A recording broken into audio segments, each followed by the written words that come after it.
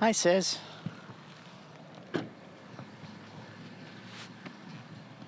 She's right behind me, isn't she? Wait.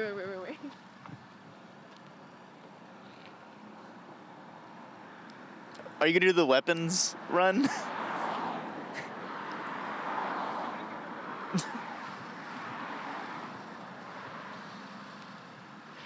too many people. But otherwise, yes. If this was our 6 a.m. hit, 100% I would. That would freak more people.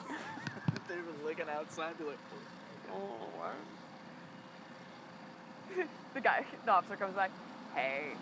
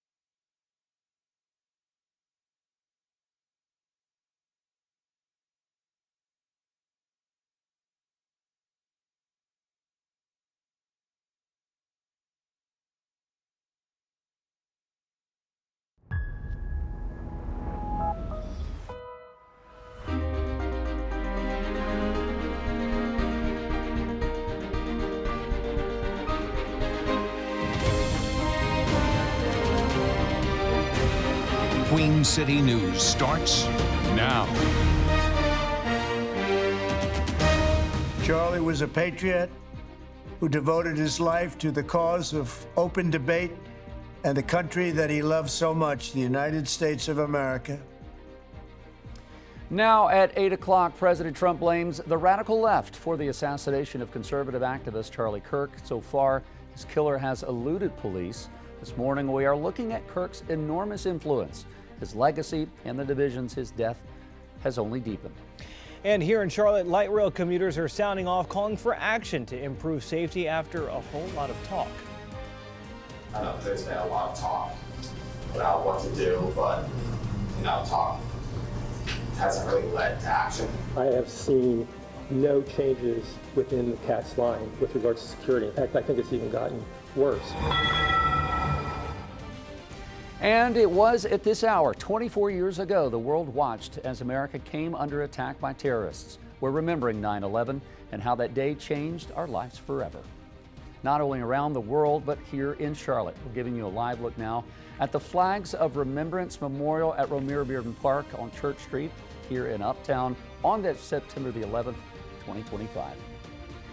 And we're all feeling the heaviness of this day. We're here to walk you through it and keep you in the know. Thank you for joining us here in our 8 o'clock hour of Queen City News. I'm Jason Harper. And I'm Julian Sidor. Andy Satowski will rejoin us at 9. Meteorologist Ted Phaeton here to start with some sunshine to start this hour there. And Ted, as we've been talking about, that is the silver lining that the sun does come up and a kind of a reminder that there's another day. Yeah, we have another day and we will climb into the mid-80s. Very seasonable afternoon for anyone who will be out and about to any of those memorials, and we'll keep the sun and the dry conditions going all the way into the weekend. To look around the crown, we have those clearing skies as the clouds make way for the sunshine. A little bit of a slowdown on Independence Boulevard near Sharon Amity Road. We'll get to the bottom of that for you, but low 60s now, north-northwest winds coming in at 5 miles per hour. These temperatures just 3 degrees to maybe 4 degrees warmer than where we were yesterday. Not too far off along that I-40 corridor. Slightly cooler, slightly warmer as we hold on to those 50s, low to mid 40s, and even upper 40s through our mountain counties, upper 60s still east of I-77. Your remembrance forecast for today goes from the 60s to the 70s, late morning, early afternoon. We'll be in the low 80s before peaking in the mid 80s with north-northeast winds 3 to 8 miles per hour. We'll break down more of what we could expect and take a look at your potential for rain next week coming up in the next 5 minutes. Jason? All right, thank you, Ted. Appreciate that. Let's go ahead and get to A busy start to this Thursday morning as we look around the Crown right now. Volume continues to build through this 8 o'clock hour. A couple of accidents. Don't really have anything new from the last 30 minutes, which is actually really good. Let's go ahead and take a look this morning out around the Crown. As far as your drive times, if you're working your way in from the west side of the city, still slow. Almost 45 minutes coming in from Gaston County and down from Lake Norman, up from Lake Wylie in the South Carolina area. All slow to get to 485. On the flip side, the other side of the city, things aren't a whole lot better. You're good from Concord down 85, but Albemarle coming in from Monroe, look at that, almost an hour coming up Independence Boulevard from Union County there certainly is slow. A couple of incidents that we do want to pop up there for you. If you're heading in from Gaston County, still have a lane blocked near Cox Road. We got an accident coming out of Gastonia as you work your way to Lowell. We still have some issues in the heart of Uptown on 77. One is 77 South. We have a lane blocked. The other one is not too far from Panther Stadium, from Bank of America Stadium. 77 northbound, we have a lane block right near the John Belk Freeway. So just be aware of those. We will give you another look at your traffic coming up around 8:30. We begin our news coverage this hour with the latest in the assassination of Charlie Kirk. Despite hours of searching by state and federal law enforcement, so far there's been no sign of the shooter. The FBI is describing this as a targeted attack on the 31-year-old conservative activist. And President Trump, who broke the news that Kirk was dead yesterday, is blaming the media and what he called the radical left for Kirk's assassination. We'll talk with Chief Legal Correspondent Khalif Rhodes about the case and take you to Washington, D.C. with more on this in just a few minutes. Now to our top story here at home. Charlotte city leaders are working to establish a safer transit system in the aftermath of the death of 23-year-old Irina Zarutska. Yeah, but the incident is drawing political backlash from across the country. Our Queen City News anchor Savannah Rudisell is live along the Blue Line tracks as officials search for a way forward. Savannah, good morning. Hey, good morning, guys. State and federal officials have both announced that they'd be investigating into the Charlotte area transit system, taking a look at some of the safety data that they have, as well as security measures and their personnel numbers over the last couple of years. Now, even before those investigations began, we already had quite a few people looking for a place to lay blame. Now, North Carolina Republican Party leadership, they called a news conference yesterday to talk a little bit more about the incident and following Zarutska's death, calling it a failure of Democrat policies. Now, GOP figureheads from across the country posting to social media criticisms and calls for more action from specifically Mayor Vi Lyles. Now, city council members on both sides of the political aisle are defending their colleagues, saying leaders need to focus more on working together, not on placing blame. I believe that she has managed the office in a way that her successor may not. So I'm kind of worried about what happens when we lose Vi Lyles, frankly. And I want people to direct their energy towards the courts. I think we need to meet the moment, right? Someone was tragically killed, but then I think we need to block out the noise and focus on the work. In a recently released statement, Mayor Lyles says that she is committed to finding bipartisan solutions and is looking forward to working with state and federal partners who are working to make cats better. Now, her office tells me that she is not available for interviews right now. Reporting along the Blue Line, Savannah Rudisell, Queen City News. Savannah, thank you very much. We have seen a growing memorial of flowers, photos, and other mementos at the Cats East-West Blue Line station there at Camden Road and East Boulevard. That's where investigators found Irina Zarutska dead there at the light rail station. This was on the night of August 22nd. Officials say the 23-year-old Ukrainian refugee was living in a bomb shelter before coming to the U.S. to escape her nation's war with Russia. Family and friends held Zarutska's funeral 5 days after the attack. And you'll find our complete coverage of this story, the ongoing investigations, all on our website, qcnews.com. You can follow those stories related to the deadly light rail stabbing there, and of course on our Queen City News YouTube channel. Both the murder of Zarutska and the hunt for the killer of Charlie Kirk have one element in common: calls for the death penalty. While Utah has executed convicted criminals, that has not happened in North Carolina since 2006. We want to bring back in our chief legal analyst, Khalif Rhodes, to talk about this. Khalif, we know in the case of DeCarlos Brown, he's facing a federal charge of causing death on a mass transportation system. That would make him eligible for the death penalty there.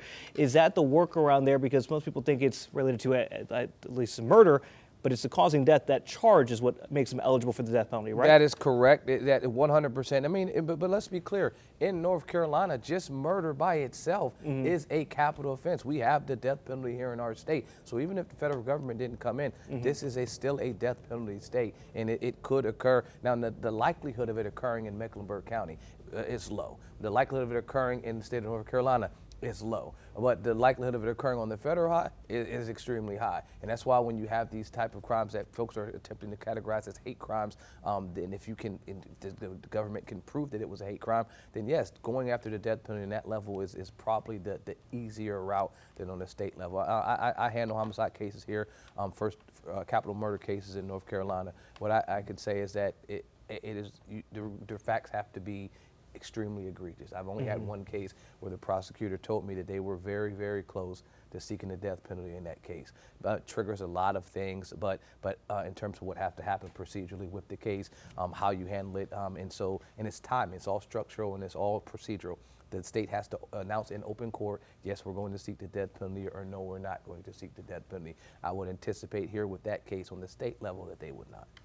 Khalif, we've seen reports, heard rumors of suspected mental health issues possibly.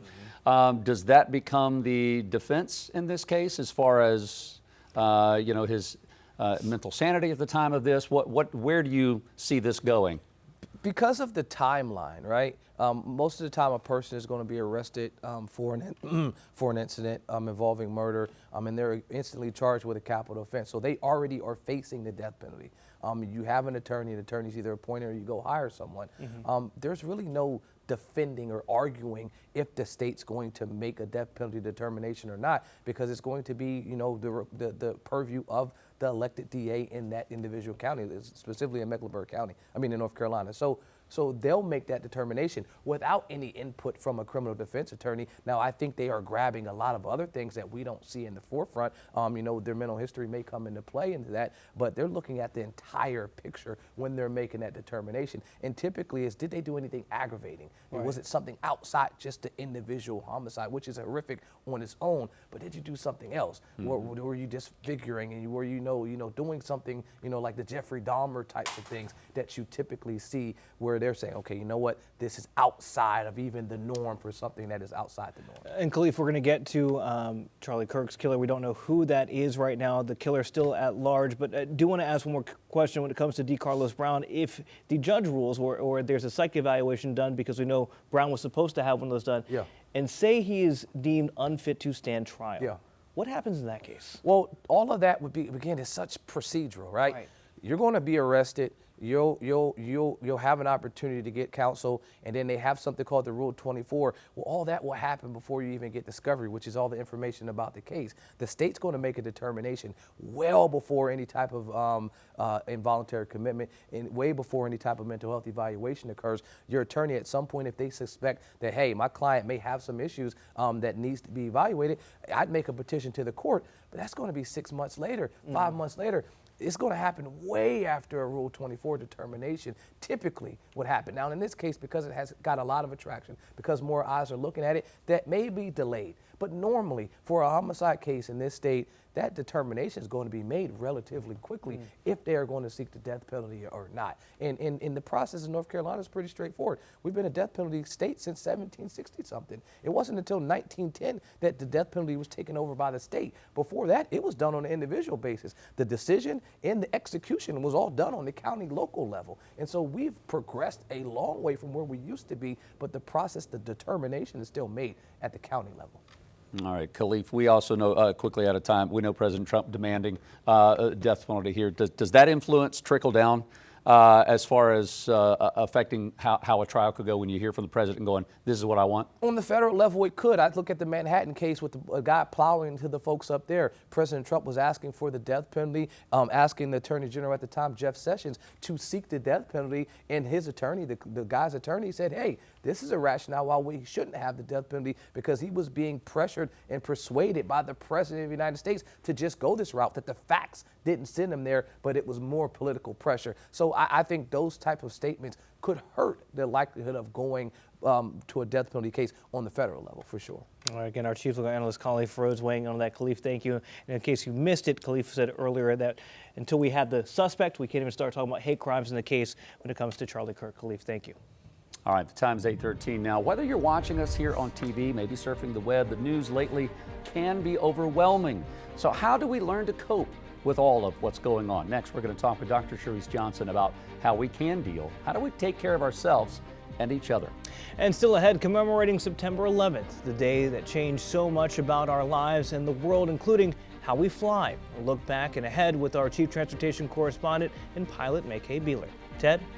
And we are dry for now, but our rain chances return as we head into the mid portions of next week. The sunshine keeps coming, seasonable conditions before a warm-up settles in through the weekend. We'll break down that forecast here coming up after a short break. You're watching Queen City News Now as we take a live look over Independence Boulevard, the most local news in Charlotte. We'll be right back.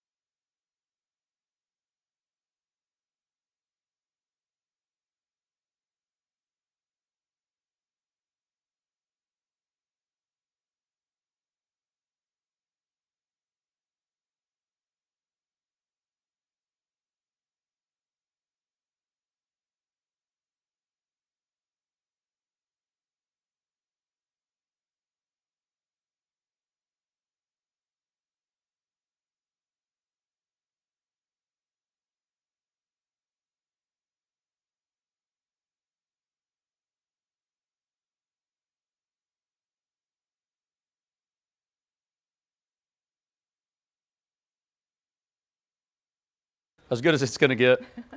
Okay, there we go. All right, so we got Arena behind you, we got 9/11 in the middle, and we got Charlie. Okay, all right, that worked. Yeah, right? Yeah. That's too much. It's too much for one. Oh, okay, thank you.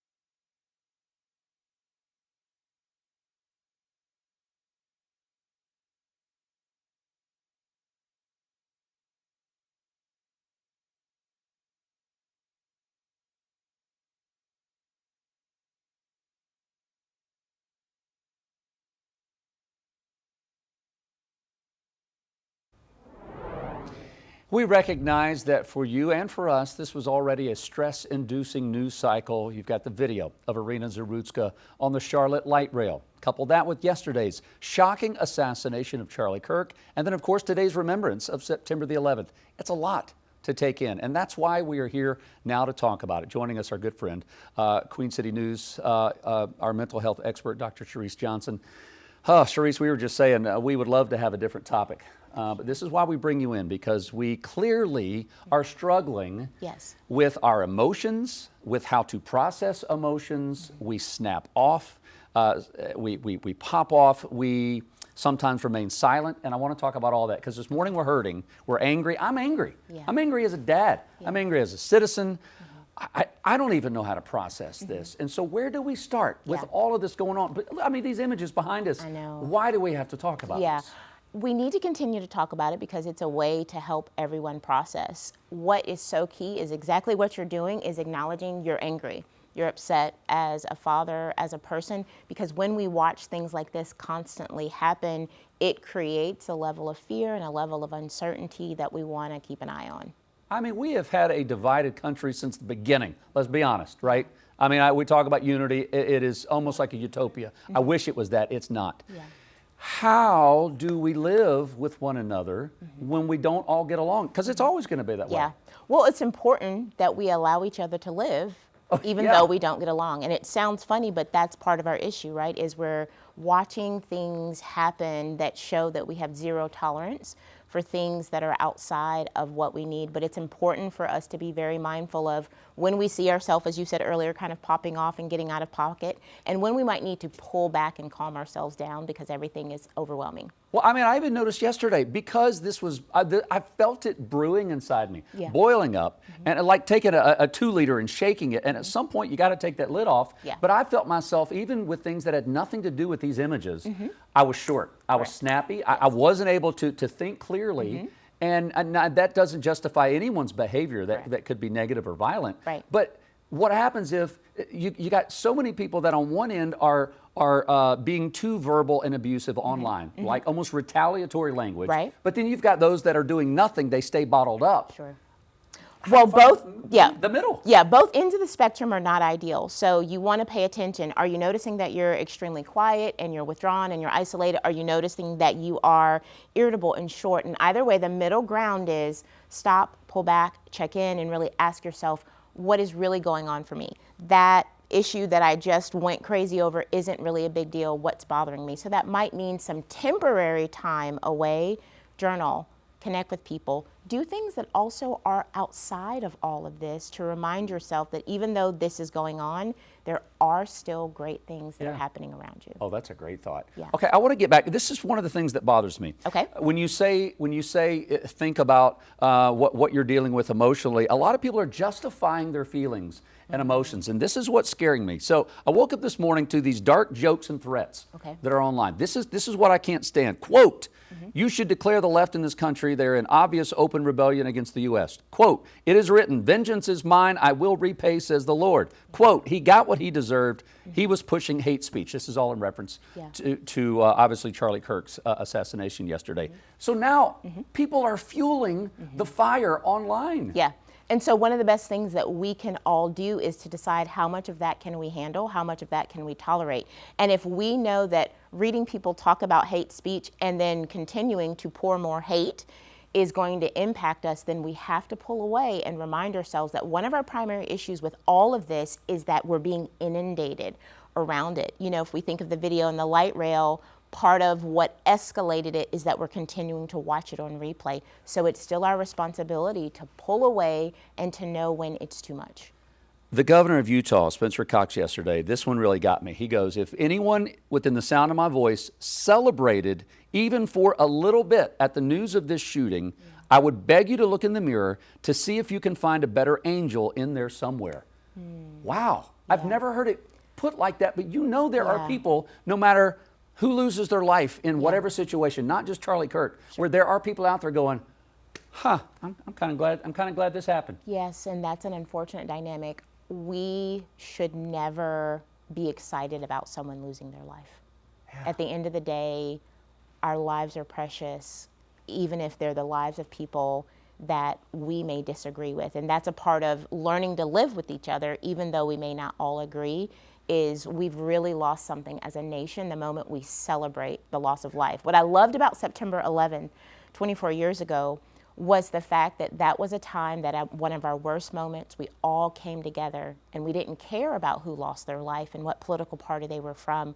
We were hurting and we pulled together and decided that the core of our nature in helping each other was more important than everything else going on. I still remember from my grandparents and even my parents, if you don't have anything nice to say, just don't say anything, right? Yeah. And when you look at these images behind us, and we do remember on 9/11, what is your message of hope? Because people look out there going, I can't find it. Yeah. The biggest message of hope that I always love to share is that the greatest impact that we have is on ourselves and within our home. That's what we have the most ability to choose and to change. So if we want things to be different, we want to make sure we're having those conversations with our partners, with our spouse, with our children, and reminding ourselves that regardless of what happens outside of us, it does not have to change what's inside of us. Oh, Cherise, thank you so much. And I do want to encourage you, or if someone you know, if you have questions and you don't know who to talk to, you don't know where to turn, whether it's serious or just emotions you don't know how to regulate, 988, always 24/7. You can call that for help at any time. And there's nothing wrong with getting help at all. Cherise, thank you. You're welcome. I appreciate that. Absolutely. All right, it is 8:22 right now. You're watching Queen City News. We'll be back.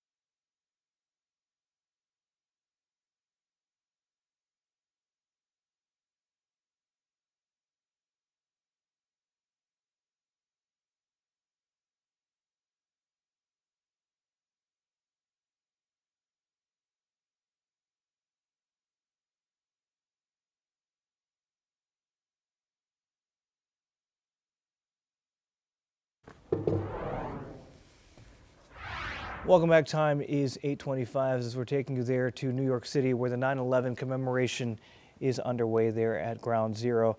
Also at this time, about a minute ago on 9/11, that tragic day, that's when Mohammed Atta, the hijacker on Flight 11, unintentionally alerted the air controllers in Boston to the attack. He meant to press a button to talk to the passengers on board the flight, but instead alerted to them, and that's when things started to escalate here. And about 7 minutes from now is when, after hearing that broadcast, air traffic control alerted the U.S. Air Force, Northeast Defense Sector, who then mobilized the Air National Guard to follow the plane. Governor Hochul there speaking with people there at that 9/11 commemoration. Again, in New York City, a somber day as we reflect back on the lives lost. Obviously here in Charlotte, across the United States, there are different commemoration events going on. As we take a look there, right in the shadow of the Freedom Tower. Let's go over to meteorologist Ted Phaeton right now. Ted, as we talked about throughout the morning, great weather if, the silver lining is that for these memorial commemoration events there, not a drop of rain in the sky. Yeah, we have the remembrance forecast calling for those 60s this morning. Mid to upper 70s, late morning, early afternoon. We'll get into the low 80s second half of the day. Highs peak in the mid 80s before we warm up through the weekend heading into early next week. We'll be near 90 degrees come Monday, above our normal high of 84 degrees. High pressure in control, giving us mostly sunny skies. Showers mainly focused towards the Outer Banks, and we have the showers over eastern Tennessee tapering off, getting eaten up by our western facing slope. So a mix of sun and clouds today. Not going to see too much in the way of rain chances. That stays to our east. Friday ushers in partly cloudy skies as well, and high pressure builds, giving us those winds out of the north-northeast, anywhere from 3 to 8 miles per hour. Lows tonight bottom out in the mid to upper 50s. I'm looking at upper 40s, mountain counties, and that 7-day forecast will continue to feature mostly dry conditions, partly cloudy skies through the weekend, upper 80s on Sunday, near 90 Monday. We'll have that 20% chance of those showers by Wednesday of next week. Julian? All right, Ted, thank you.